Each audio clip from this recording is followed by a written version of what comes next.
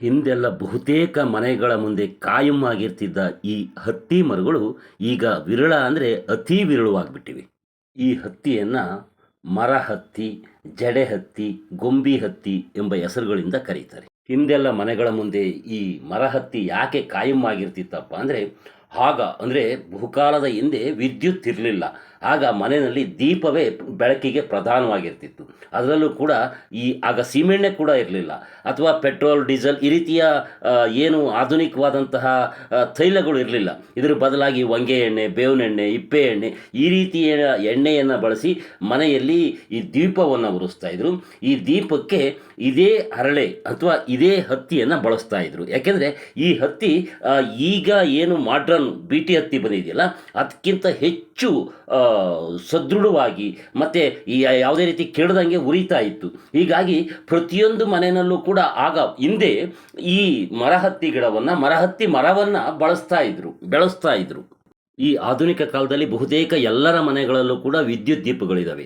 ಆದರೂ ಕೂಡ ದೇವರಿಗೆ ಹಚ್ಚಿಡಲಿಕ್ಕೆ ದೀಪವನ್ನು ಬಳಸುವಂಥದ್ದು ರೂಢಿ ಇದೆ. ಆ ತುಪ್ಪದ ದೀಪವನ್ನು ಮಾಡಲಿಕ್ಕೆ ಇದೇ ಹರಳೆಯನ್ನು ಅಥವಾ ಹತ್ತಿಯನ್ನು ಬಳಸ್ತಾರೆ.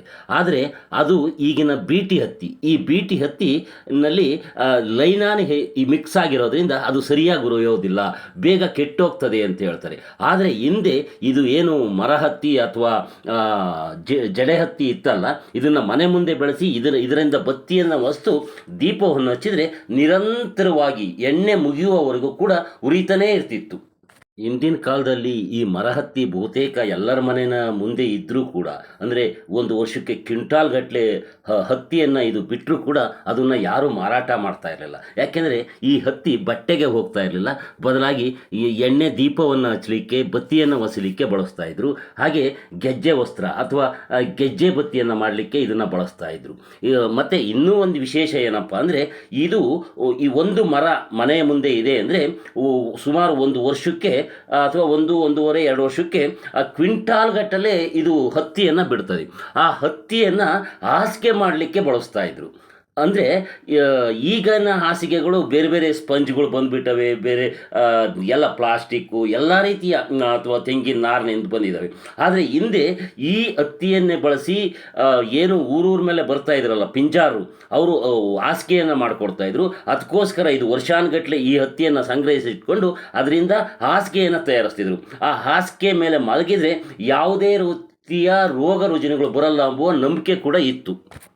ಮರಹತ್ತಿಯನ್ನು ಹಾಸಿಗೆ ಜೊತೆ ದಿಂಬ್ಗೂ ಕೂಡ ಇದೇ ಹತ್ತಿಯನ್ನು ಬಳಸ್ತಾ ಇದ್ರು. ಮನೆಯ ಮುಂದೆ, ಮನೆಯ ಹಿತ್ತಲಿನಲ್ಲಿ ಬೆಳೆಸ್ತಿದ್ದ ಈ ಹತ್ತಿ ಮರವನ್ನು ಹಕ್ಕಿ ಮರ ಅಂತಲೂ ಕೂಡ ಕರಿತಿದ್ರು. ಯಾಕೆ ಹಕ್ಕಿ ಮರ ಅಂತ ಕರಿತಿದ್ರು ಅಂದರೆ, ಈ ಹಕ್ಕಿಗಳು ಈ ಈ ಹತ್ತಿ ಮರಕ್ಕೆ ತುಂಬ ಮುತ್ತಿಗೆ ಹಾಕ್ತಾಯಿದ್ವು. ಯಾಕೆಂದರೆ ಈ ಹತ್ತಿನಲ್ಲಿ ಚಿಕ್ಕ ಚಿಕ್ಕ ಕೀಟಗಳು ಇರ್ತವೆ. ಆ ಕೀಟಗಳನ್ನು ತಿನ್ನಲಿಕ್ಕೆ ಹಕ್ಕಿಗಳು ಆಕರ್ಷಣೆ ಆಗ್ತಾಯಿದ್ವು. ಅದೇ ರೀತಿ ಬಾವಲಿಗಳು ಕೂಡ ಆಕರ್ಷಣೆ ಆಗ್ತಾಯಿದ್ವು.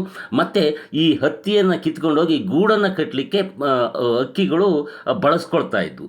ಇದೆಲ್ಲಕ್ಕಿಂತ ಮುಖ್ಯವಾಗಿ ಇದರ ಹತ್ತಿ ಕಾಯಿ ಇದೆಯಲ್ಲ, ಅದು ಹಣ್ಣಾದಾಗ ಹಕ್ಕಿಗಳಿಗೆ ತಿನ್ನಲಿಕ್ಕೆ ತುಂಬ ರುಚಿಯಾಗಿರ್ತದಂತೆ. ಹಾಗಾಗಿ ಹಕ್ಕಿಗಳು ಹೆಚ್ಚು ಈ ಮರದಲ್ಲಿ ಕೂರ್ತಿದ್ದರಿಂದ ಇದನ್ನು ಹಕ್ಕಿ ಮರ ಅನ್ನುವ ಉಪಮೆಯಿಂದಲೂ ಕೂಡ ಕರೀತಾ ಇದ್ರು. ಮತ್ತು ಈ ಹತ್ತಿ ಮರ ಇದೆಯಲ್ಲ, ಇದು ನಿತ್ಯ ಹರಿದ್ವರ್ಣ ವೃಕ್ಷ, ಯಾವಾಗಲೂ ಕೂಡ ಹಸಿರಾಗೇ ಇರ್ತದೆ. ಮತ್ತು ಇದರ ಸೊಪ್ಪು ಈ ಪಶುಪಾಲನೆಗೆ, ಅಂದರೆ ಈ ಪಶುಗಳು ಕುರಿ, ಮೇಕೆ, ದನ ತಿನ್ನಲಿಕ್ಕೆ ತುಂಬ ರುಚಿಯಾಗಿರ್ತದೆ. ಹಾಗೆ ಇದರ ಕಾಯಿಯನ್ನು ಕೂಡ ಕುರಿಗಳು, ಮೇಕೆಗಳು ತಿಂತವೆ. ಇದರ ಕಾಯಿಯನ್ನು ತಿನ್ನೋದ್ರಿಂದ ಎಷ್ಟು ದಷ್ಟಪುಷ್ಟವಾಗಿ ಬೆಳೀತವೆ ಅಂತ ಹೇಳಿ ಪಶುಪಾಲಕರು ಹೇಳ್ತಾರೆ. ಸುಮಾರು 500 ಮೀಟರ್ ಎತ್ತರಕ್ಕೆ ಬೆಳೆಯುವ ಈ ಹತ್ತಿ ಮರದ ತೊಗಟೆ ಮತ್ತು ಎಲೆಗಳನ್ನು ಮಧುಮೇಹ ಅಂದರೆ ಸಕ್ಕರೆ ಕಾಯಿಲೆ ನಿಯಂತ್ರಣಕ್ಕೆ ಸಾಂಪ್ರದಾಯಿಕ ವೈದ್ಯರು ಬಳಸ್ತಾ ಇದ್ರು. ಮತ್ತು ಈ ಹತ್ತಿ ಮರ ಮನೆಯ ಮುಂದೆ ಅಥವಾ ಹಿತ್ತಲಿನಲ್ಲಿ ಇದೆ ಅಂತ ಆದರೆ ಅದೊಂದು ಅಲಂಕಾರಿಕವಾಗಿಯೂ ಇರ್ತಾ ಇತ್ತು. ಯಾಕೆಂದರೆ ಇದರ ಹೂವು ತುಂಬ ಆಕರ್ಷಕವಾಗಿರ್ತದೆ ಮತ್ತು ಇದು ಯಾವಾಗಲೂ ಕೂಡ ಹಸಿರಾಗಿರ್ತದೆ. ಮತ್ತು ಇದು ಹತ್ತಿಯನ್ನು ಬಿಟ್ಟಾಗ ಕೂಡ ಇಡೀ ಮರ ಬಿಳುಪಾಗಿ ಒಂದು ರೀತಿ ಅಲಂಕಾರಿಕ ಸಸ್ಯವಾಗಿ ಕೂಡ ಕಂಡುಬರ್ತದೆ. ತೊಳ್ಳೆಯ ಹತ್ತಿ ಮರವನ್ನು ಇಂದು ಅಗತ್ಯ ಇಲ್ಲ ಅನ್ನೋ ಕಾರಣದಿಂದಲೇನೋ ವಿನಾಶದ ಅಂಚಿಗೆ ತಳ್ಳಿದ್ದಾರೆ ಮನುಷ್ಯರು. ಈ ಹತ್ತಿ ಮರ ನಿಮ್ಗೆ ಇಷ್ಟವಾದರೆ ಈ ವಿಡಿಯೋಗೊಂದು ಲೈಕ್ ಮಾಡಿ, ನಿಮ್ಗನ್ಸಿದ್ದನ್ನು ಕಾಮೆಂಟ್ ಮಾಡಿ, ಈ ವಿಡಿಯೋವನ್ನು ಶೇರ್ ಮಾಡಿ, ನಿಮ್ಮ ಸ್ನೇಹಿತರಿಗೂ ಕಳಿಸಿ, ಅವರು ಕೂಡ ನೋಡಲಿ.